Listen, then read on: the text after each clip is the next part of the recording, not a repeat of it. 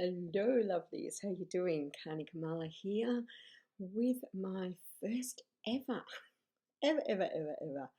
Capricorn reading for the 24th of March through to the 6th of April. I'm going to be reading fortnightly. I've been reading for such a very long time. What is it now? Gosh, 12 years.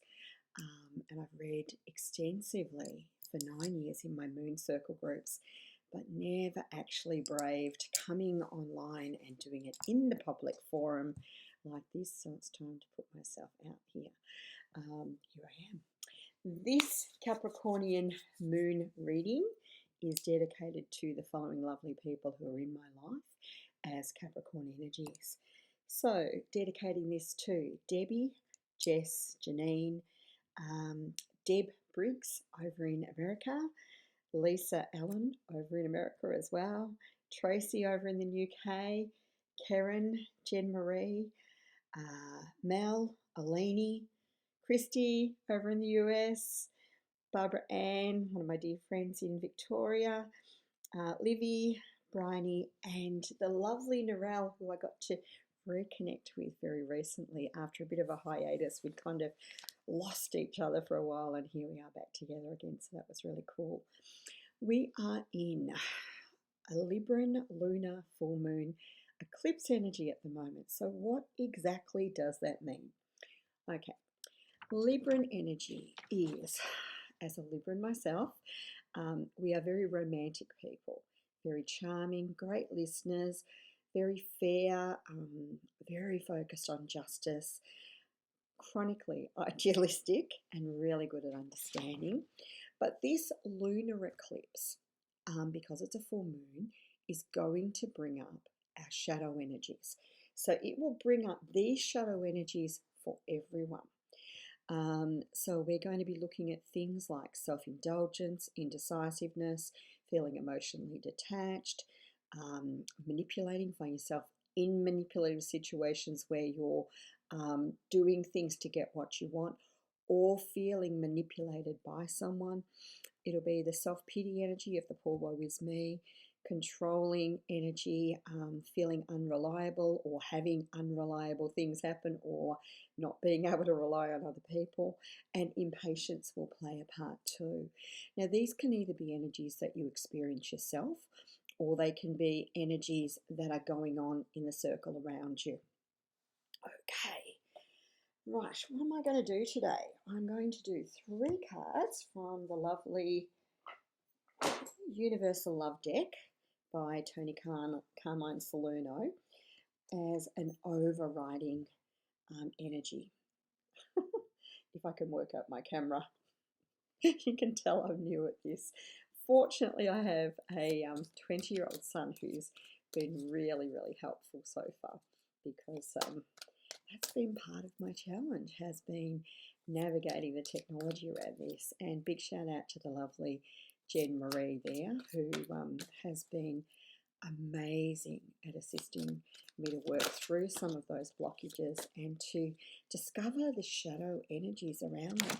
Because for me, my shadow energy around technology was actually ancestral. I've discovered that because the men in my lineage were very technologically savvy, they were all engineers or people who knew how things worked, how things were put together.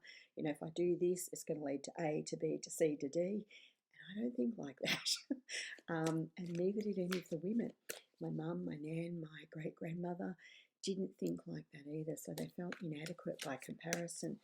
And this is the kind of shadow energy that we might be looking at. So I've had to work really hard on pushing through that to be able to see technology as a magical tool that can be really beneficial to me if I'm brave enough to have a go, rather than something that's going to self-destruct the minute it sees me coming. Okie doke. Overriding energy, celebration. Okay, so this can either be a message from Spirit that there is something within you that requires celebration. At the moment, there may be something that you've had incredible success at. There might be an award or an accolade that they're wanting to say, hey, well done. We've also got the dove of peace there. So it may be that in this eclipse energy, which is going to be deeply focused around the things that stop us from maintaining our love, our peace, our harmony, our balance, and hijack us into that shadow energy of the childhood programming very quickly, there might be a celebration around the fact that you're able to stay very steadfast during this energy. We also have heaven on earth. Now, what does that mean? That's the connection to the ancestral realm, and it's the knowledge that our ancestors support us in everything we do. They want us to step into our highest potential, because when we do that, when we are able to break that programming open and see life from a different perspective, as I was able to do with technology, then what we're doing is we're healing the lineage and we're making it easier for the generations to come. It can also mean that rather than seeing life as difficult and challenging, that we choose to operate from that, there we go, perspective of celebration and bring heaven onto earth by noticing the wonderful things in our life. One of the practices that I've been doing lately has been by a marvelous guy called, oh gosh, it's gone right out of my head. Never got it right out of my head it went then. And one of his practices is, or someone who was working under him, is the saying in challenging situations of, isn't it wonderful, and finding that silver lining in the cloud. And I've found for myself that when I can flip the script like that new possibilities open up very quickly. And of course, we have some reflection going on as well. Eclipse energy is an opportunity to become very self-reflective, to have a look at the things in our life that are going on, and to decide whether they are in sync with our soul's coding. Are they the things that we want in our life, or is there another trajectory that we want to be telling? I am going to pop on some doTERRA love oil before I begin, because that is the beautiful essence of Libran Venusian energy. So let's get that flowing. All right, I'm going to draw four cards. The issue, what is needed, greatest way to achieve what is needed, and then the outcome.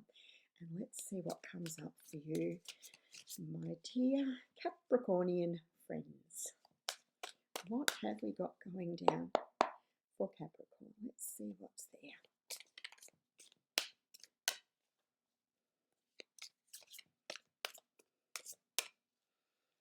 What do we want to know? Okay. Okay. 2, 3. Got a single card that's been drawn before, so that's interesting. Okay, the first card we have is Seek. Now, this beautiful card is the card of learning to become the witness of process, learning to go within, to ask open-ended questions in connection with the divine, with superconscious, with spirit, and to witness what unfolds. So it's like becoming the adventurer in your own soul growth, seeing what opens up and discovering what new possibilities are there. So for me, when I set about to work on my technological challenges, I had to seek, I had to open up to the possibility that there was a story that I'd told myself, and I'm very aware of these in my role as a star practitioner, complex trauma practitioner, storyteller, alchemy, rapid recoder. That's the work I do, helping people change the stories in their life. And so I knew that there was a story that was blocking me, and I needed to sit in the peace and the stillness and the quiet in order to allow that story to come up. And when I worked with Jen, a lot of the work that she did took me into a space of connection with self that allowed that energy of shadow to come to the surface to be seen. And this is very much what happens in eclipse energy. There's an amplification of the things that we often have as blind spots or that we don't want to have a look at. They're going to come to the surface for us to have a look at. And then we can make decisions about, whether we do or don't want them in our life. But so often what happens with people is we make decisions about whether we do or don't like them, as opposed to just sitting with them and saying, oh, okay, this is obviously an issue that's coming up for me for a reason. If I just sit with that for a moment, I might learn something from it. And which leads us into our next card, which I hadn't looked at, so that's kind of interesting. So that is the card of detaching. And in this card, what you'll see is she has a dove of peace in her hand. Really interesting because we've got this trilogy. So we've got the dove of peace in celebration. And then we've got these little bluebirds of happiness. And then we've got this release with the dove. Letting go of the things that hold us back. Now, you can see in the past behind her, we've got this very frozen forest, this very bleak looking time when there wasn't a lot of growth, there wasn't a lot of regeneration. It's that time in winter where we go into the body, we hibernate, and we look for what are the things that we need to be working on. What are the things that we want to be seeding when and growing and pouring our energy into to shift. And in that possibility, we allow ourselves to detach, to let go of the things that we don't want in our life. So when we seek to find out where it is that we need to focus our energy, we're also asking to be shown what it is that we don't want to be focusing our energy on, because then we can release that and we don't have to have this internal angst going on between, this is what I want to focus on, but these are the shadows that are pulling me back in another direction. The eclipse energy is very, very good at highlighting what those things that are going to be sabotaging you and blocking you and creating obstacles for you are.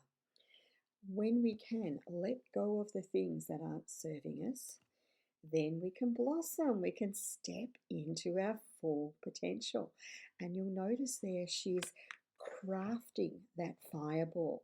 She's become the magician that is that creative life force energy for allowing what she wants to be birthed and born into her life to come into existence.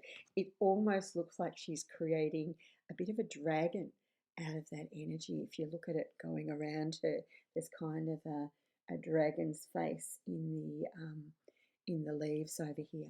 So new growth possibility, lots of solar plexus energy activated, new personal power, new awareness of being, trusting her intuition, focusing on what she wants, not getting detracted or distracted by the things that are not in sync with where it is that she wants to be going, and allowing that energy to build and create a vortex of opportunity. It's very much vortex energy.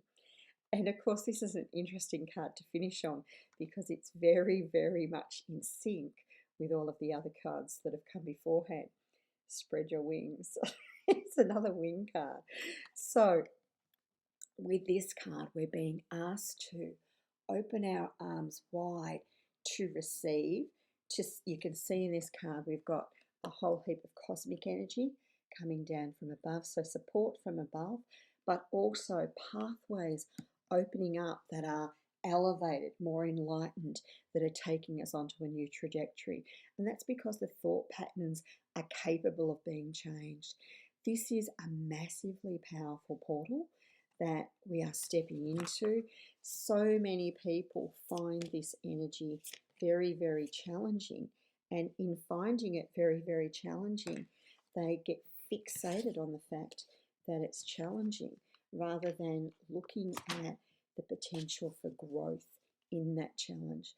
So if challenges are coming up, why are they coming up? What is the old story that you're telling yourself that doesn't need to be there anymore? What are the emotions and the energy that's not serving your highest good, that's not going to take you where you want to go, that's out of sync with your soul's path and mission.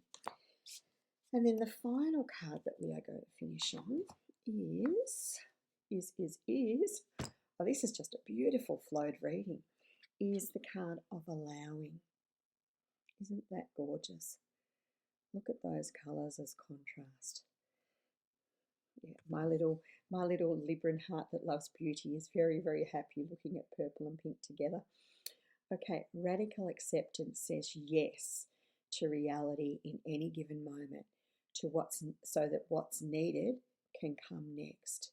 So it's an allowance of our highest. It's an allowance of our capacity to spread our wings, to blossom through that detachment and letting go of the things that are holding us back after we've taken the time to sit in contemplation with the self and with the divine, and open up and ask some very deep, open-ended questions. What is it that I need to learn here?